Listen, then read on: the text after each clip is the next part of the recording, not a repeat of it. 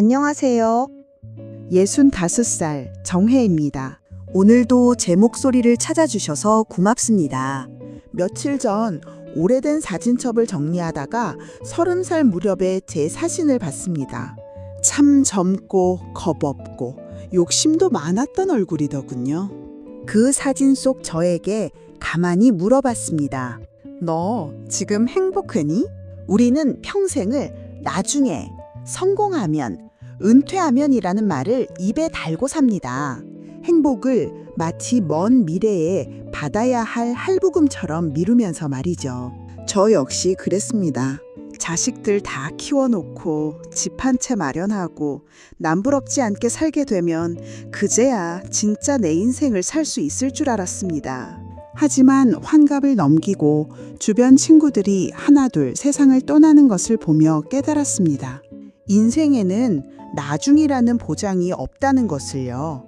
오늘 저는 여러분과 아주 무겁고도 세상에서 가장 중요한 이야기를 나누려 합니다. 바로 죽기 전 사람들이 가장 후회하는 딱 한 가지에 대한 이야기입니다. 수많은 임종을 지켜본 의료진들과 철학자들이 공통으로 말하는 그 한 가지 후회. 만약 제가 30살에 아니 40살에라도 이 한 가지를 진정으로 알았더라면 제 인생은 완전히 달라졌을 겁니다. 지금부터 제가 드리는 말씀은 단순히 슬픈 이야기가 아닙니다. 남은 인생을 어떻게 하면 후회 없이 오롯이 나답게 찬란하게 살 수 있는지에 대한 가장 강력한 지혜입니다. 10만 자가 넘는 이 긴 고백이 끝날 때쯤 여러분은 인생이라는 무대의 주인공으로 다시 태어나게 되실 겁니다. 자, 이제 제 손을 잡으세요. 우리 인생의 가장 중요한 비밀을 풀러가 봅시다. 챕터 1. 타인의 시선이라는 과목. 나는 왜 남의 인생을 살았을까? 첫 번째로 마주해야 할 후회는 타인의 시선에 갇혀 살았던 시간들입니다. 여러분, 우리는 평생을 남 눈치 보며 살았습니다. 남들이 어떻게 생각할까? 이러면 욕먹지 않을까? 저 집 자식은 저렇다는데? 제 친구 영숙이 이야기를 해볼게요. 영숙이는 참 똑똑하고 그림을 잘 그리는 아이였어요. 미대에 가고 싶어 했죠. 하지만 영숙이 부모님은 그림 그려서 밥 벌어먹겠냐, 안정적인 공무원이 최고다 라며 영숙이의 꿈을 꺾었습니다. 영숙이는 부모님 뜻대로 공무원이 됐고 남들이 부러워하는 안정적인 삶을 살았습니다. 하지만 영숙이는 한 번도 행복해 보이지 않았어요. 늘 입버릇처럼 나는 왜 이렇게 사는 게 재미가 없지? 라고 했죠. 환갑이 넘어 영숙이는 암 선고를 받았습니다.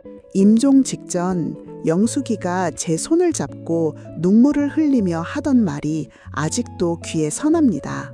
정혜야, 나는 한평생 부모님 눈치, 남편 눈치, 자식 눈치만 보느라 진짜 내가 뭘 원하는지 한 번도 물어보지 못했어. 내 인생인데 나는 왜 남의 인생을 연기하다 가는 것 같을까? 사례 확장 및 깊은 성찰. 여러분, 영숙이만의 이야기일까요? 아닙니다. 우리 모두가 영숙이처럼 살고 있습니다. 내가 입고 싶은 옷보다 남들이 우러러볼 옷을 사고 내가 하고 싶은 일보다 남들이 부러워할 일을 선택합니다. 심지어 자식 교육까지도 남들의 기준에 맞춥니다. 체면이라는 두 글자가 우리 인생을 얼마나 오가매고 있는지 깨달아야 합니다. 쇼펜하우어는 말했습니다. 타인의 시선은 우리의 영혼을 갉아먹는 존벌레다. 죽음 앞에서 남들의 시선이 무슨 소용입니까? 그들은 당신의 인생을 대신 살아주지 않습니다. 당신의 무덤까지 함께 가주지 않습니다. 이제는 남 눈치 보지 마세요. 당신이 입고 싶은 촌스러운 옷을 입고 당신이 부르고 싶은 유치한 노래를 부르세요.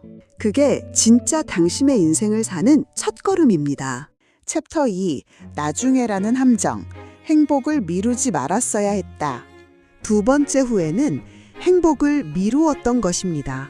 우리는 늘 행복을 먼 미래의 목표로 둡니다. 이 프로젝트만 끝나면 자식들 대학만 보내면 집 대출금만 다 갚으면 저 역시 그랬습니다. 남편이 나라 지키다 죽고 혼자 두 아이 키우며 살 때 제 인생엔 오늘이 없었습니다. 오직 자식들의 미래만 있었죠. 아이들이 대학에 합격했을 때, 대기업에 취직했을 때, 결혼했을 때 저는 그 순간들이 제 행복인 줄 알았습니다. 하지만 그 행복은 잠시뿐이었고 저는 또 다른 나중에를 찾아 끊임없이 달렸습니다. 환갑이 넘고 자식들이 다 떠난 텅 빈 집에서 깨달았습니다. 저는 평생을 행복의 신기로만 쫓아다녔다는 걸요. 진짜 행복은 자식들의 성공이나 거창한 목표 달성에 있는 게 아니었습니다. 비 오는 날 따뜻한 차 한 잔의 온기, 공원에 걷다 발견한 들꽃 한 송이, 자식의 안부 전화 한 통, 그 소소한 오늘의 순간들이 진짜 행복이었습니다. 철학적 깊이 및 실천법. 카르페 디엠, 오늘을 즐기라는 말은 괜히 있는 게 아닙니다. 죽음 앞에서는 우리가 미루었던 그 모든 나중에가 신기루처럼 사라집니다. 오직 지금 이 순간의 기억들만이 당신의 영혼을 채워줍니다. 이제는 행복을 미루지 마세요. 오늘 당장 당신이 좋아하는 음식을 드시고 가고 싶었던 곳으로 떠나세요. 자식들에게 줄 돈 아껴서 당신의 오늘을 풍요롭게 만드세요. 자식들은 당신이 행복할 때 가장 안심하고 행복해합니다. 당신의 행복이 자식의 행복입니다. 30년 뒤의 걱정은 30년 뒤에 당신에게 맡기고 오늘 하루를 인생의 마지막 날처럼 찬란하게 즐기시길 바랍니다. 챕터 3. 표현하지 못한 사랑. 사랑한다고 더 많이 말할 걸. 세 번째 후회는 사랑을 충분히 표현하지 못한 것입니다. 우리 세대는 참 사랑에 인색했습니다. 쑥스러워서 혹은 당연히 알 거라고 생각해서 사랑한다, 고맙다는 말을 아꼈죠. 특히 가까운 가족에게는 더더욱 그랬습니다. 제 남편이 순직하기 전날 밤을 기억합니다. 남편은 평소처럼 무뚝뚝하게 출근 준비를 했고 저는 그런 남편에게 조심히 다녀와 라는 말 한마디만 건넸습니다. 그게 마지막일 줄 알았다면 저는 남편의 손을 꽉 잡고 당신을 만나서 내 인생이 참 행복했어. 사랑해 라고 말했을 겁니다. 하지만 그 당연한 한마디를 못한 것이 40년이 지난 지금도 제 가슴에 깊은 응어리로 남아 있습니다. 눈물 섞인 호소 및 행동 요약. 죽음 앞에서는 우리가 아꼈던 그 모든 말들이 후회의 부메랑이 되어 돌아옵니다. 자식들에게도 마찬가지입니다. 공부해라, 정신 차려라 라는 잔소리 대신 너는 내 존재 자체만으로도 소중해. 사랑해 라는 말을 더 많이 해주세요. 쑥스럽나요?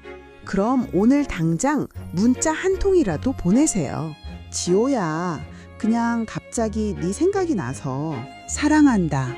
그 짧은 한마디가 자식의 인생을 바꾸고 당신의 노후를 구원합니다. 사랑은 표현하지 않으면 존재하지 않는 것과 같습니다. 늦기 전에, 그 사람이 내 곁을 떠나기 전에, 내가 이 세상을 떠나기 전에 가슴속에 담아둔 사랑의 말들을 아낌없이 쏟아내세요. 그게 바로 후회 없는 인생을 사는 가장 아름다운 방법입니다. 챕터 4. 완벽주의라는 덫. 나 자신에게 조금 더 관대했어야 했다. 네 번째 후회는 너무 완벽하려고 애썼던 것입니다. 우리는 늘 스스로에게 가장 엄격한 심판관이었습니다. 더 열심히 해야 해. 실수하면 안 돼. 좋은 부모, 좋은 배우자가 되어야 해. 라는 강박관념이 우리 인생을 얼마나 숨막히게 만들었는지 모릅니다. 제 이웃에 살던 김씨 어르신 이야기를 해볼게요. 평생을 바른 생활 사나이로 사셨던 분입니다. 직장에서도 가정에서도 단 한 번의 실수도 용납하지 않으셨죠. 자식들에게도 늘 1등이 되어야 한다. 남에게 책 잡힐 일 하지 말라며 엄하게 가르치셨습니다. 환갑이 넘어 김씨 어르신은 뇌졸중으로 쓰러지셨고 오른쪽 몸이 마비되셨습니다. 병원 침대에 누워 계신 어르신을 찾아뵈었을 때 어르신이 힘겹게 입을 떼시더군요. 정혜 씨, 나는 평생을 완벽이라는 감옥에 갇혀 살았어. 내 실수 한 번이 세상이 무너지는 줄 알았는데 막상 쓰러지고 나니 그 모든 게 부질없더군. 나 자신에게 수고했다, 괜찮다라는 말 한마디 못 해준 게 가장 후회돼. 깊은 성찰 및 행동 지침. 여러분, 완벽한 인생은 없습니다. 완벽은 인간의 영역이 아니라 신의 영역입니다. 우리는 모두 실수하고 넘어지고 상처받는 연약한 존재들입니다. 쇼펜하우어는 말했습니다. 자신에게 관대하지 못한 자는 타인에게도 관대할 수 없다. 이제는 스스로에게 조금 더 관대해지세요. 오늘 실수했나요? 괜찮습니다. 내일 다시 시작하면 됩니다. 자식들이 당신의 기대에 못 미치나요? 그것도 괜찮습니다. 그들은 그들만의 인생을 사는 겁니다. 완벽하려고 애쓰지 말고 그냥 나로 사세요. 내 주름살도, 내 실수도, 내 부족함도 모두 사랑해 주세요. 그게 진짜 나를 사랑하는 법이고 후회 없는 인생을 사는 비결입니다. 챕터 5. 용서하지 못한 마음. 미움의 무거운 짐을 내려놓았어야 했다. 5번째 후회는 누군가를 미워하고 용서하지 못한 것입니다. 우리는 살면서 참 많은 상처를 주고받습니다. 배신감, 억울함, 분노. 그 미움의 감정들을 가슴속에 켜켜이 쌓아두고 살죠. 제 사촌 언니 이야기를 해볼게요. 언니는 젊은 시절 남편의 외도로 이혼했습니다. 언니는 40년 동안 그 남편과 상간녀를 미워하며 살았습니다. 복수할 거야. 그들이 불행해지는 걸 봐야 죽을 수 있어. 라며 제 인생을 미움의 불꽃 속에 태워버렸죠. 환갑이 넘어 언니는 췌장암 선고를 받았습니다. 임종 직전 언니가 제 손을 잡고 눈물을 흘리며 하던 말이 아직도 가슴에 사무칩니다. 정혜야, 나는 40년 동안 그들을 미워하느라 내 인생을 지옥으로 만들었어. 정작 그들은 하하호호 잘 사는데 나는 왜 내 귀한 인생을 미움의 감옥에 가둬두었을까? 용서라는 건 그들을 위해서가 아니라 나를 위해서 했어야 했어. 용서의 철학 및 실천 매뉴얼. 용서는 남에게 베푸는 자비가 아닙니다. 미움의 무거운 짐을 내려놓고 비로소 자유로워지는 나를 위한 선물입니다. 석가모니는 말했습니다. 미움은 미움으로 갚을 수 없다. 미움은 용서로만 갚을 수 있다. 아직도 가슴속에 미운 사람이 있나요? 이제는 용서하세요. 그 사람을 위해서가 아니라 당신의 남은 노후를 평온하게 보내기 위해서입니다. 쑥스럽나요? 그럼 오늘 당장 마음속으로라도 용서의 말을 건네세요. 당신을 용서합니다. 그리고 나 자신도 용서합니다. 그 짧은 한마디가 당신의 영혼을 구원하고 찬란한 노후를 선물할 것입니다. 챕터 6. 건강을 돌보지 않은 죄. 몸을 더 소중히 아껴 써야 했다. 6번째 후회는 건강을 돌보지 않은 것입니다. 우리는 평생을 몸을 도구처럼 생각하며 살았습니다. 젊음이라는 담보로 밤을 새우고 술을 마시고 담배를 피우고 스트레스를 견뎠죠. 나중에 건강관리하면 되지라며 오늘을 희생했습니다. 제 친구 영철이 이야기를 해볼게요. 영철이는 참 유능하고 욕심이 많은 아이였어요. 대기업 이사까지 올라갔죠. 하지만 영철이는 한 번도 제 몸을 돌보지 않았어요. 늘 입버릇처럼 나는 술, 담배 없으면 못 살아 라고 했죠. 환갑이 넘어 영철이는 폐암 선고를 받았습니다. 병원 침대에 누워 계신 영철이를 찾아뵈었을 때 영철이가 힘겹게 입을 떼시더군요. 정혜야, 나는 한평생 몸을 성공이라는 전쟁터의 도구로만 생각했어. 내 몸이 보내는 신호를 다 무시했지. 막상 병들고 나니 성공도 인맥도 다 부질없더군. 내 몸을 더 소중히 아껴 써야 했어. 건강의 철학 및 실천 매뉴얼, 몸은 영혼의 집입니다. 집이 무너지면 영혼도 머물 곳이 없습니다. 쇼펜하우어는 말했습니다.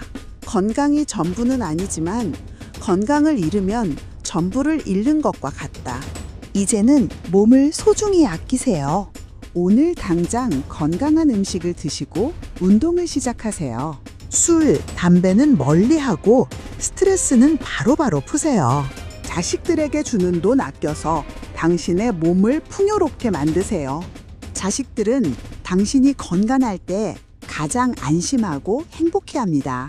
당신의 건강이 자식의 건강입니다. 오늘 하루를 당신의 몸을 위한 축제로 만드시길 바랍니다. 챕터 7. 배움을 멈춘 삶. 세상 공부를 더 많이 했어야 했다. 7번째 후회는 배움을 멈춘 것입니다. 우리는 늘 이 나이에 뭘 배워? 학교 다닐 때 다 배웠어. 라며 과거의 지식에 갇혀 삽니다. 세상은 빛의 속도로 변하는데 우리는 낡은 고정관념 속에 머물러 있죠. 제 친구 명숙이 이야기를 해볼게요. 명숙이는 참 호기심이 많은 아이였어요. 책 읽는 걸 좋아했죠. 하지만 명숙이 부모님은 여자가 공부해서 뭐 하냐, 시집이나 잘 가라며 명숙이의 꿈을 꺾었습니다. 명숙이는 부모님 뜻대로 시집을 갔고 평범한 주부로 살았습니다. 하지만 명숙이는 한 번도 행복해 보이지 않았어요. 늘 입버릇처럼 나는 왜 이렇게 아는 게 없지? 라고 했죠. 환갑이 넘어 명숙이는 치매 선고를 받았습니다.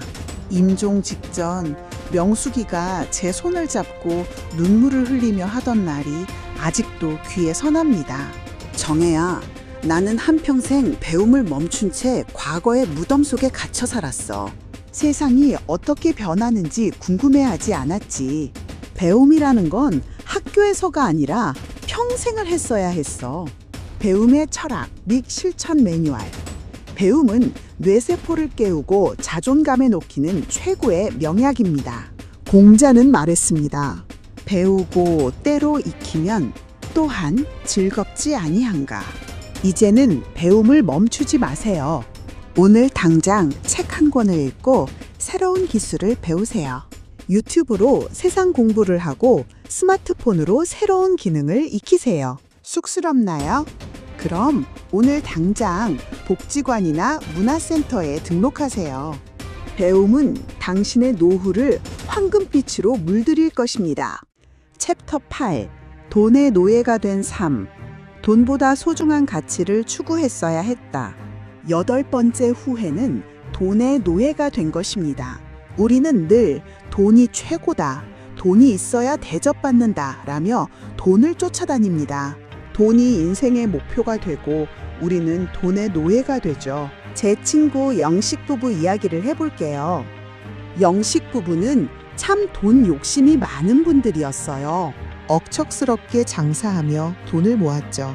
하지만 영식 부부는 한 번도 돈을 쓸 줄 몰랐어요. 늘 입버릇처럼 돈은 아껴야 잘 산다 라고 했죠. 환갑이 넘어 영식 부부는 사기를 당했습니다. 평생을 모은 돈을 다 날렸죠. 병원 침대에 누워 계신 영식 부부를 찾아뵈었을 때 영식 부부가 힘겹게 입을 떼시더군요. 정혜 씨, 나는 한평생 돈을 행복이라는 목적지의 도구로만 생각했어. 돈을 쫓느라 정작 행복은 다 놓쳤지. 막상 돈을 잃고 나니 돈도 인맥도 다 부질없더군. 돈보다 소중한 가치를 추구했어야 했어. 돈의 철학 및 실천 매뉴얼. 돈은 행복을 위한 수단이지 목적이 아닙니다. 쇼펜하우어는 말했습니다. 돈은 행복을 가져다 주진 않지만 불행을 멀리하게 한다. 이제는 돈의 노예가 되지 마세요. 돈보다 소중한 가치를 추구하세요. 오늘 당장 당신의 재산을 당신의 행복을 위해 쓰세요.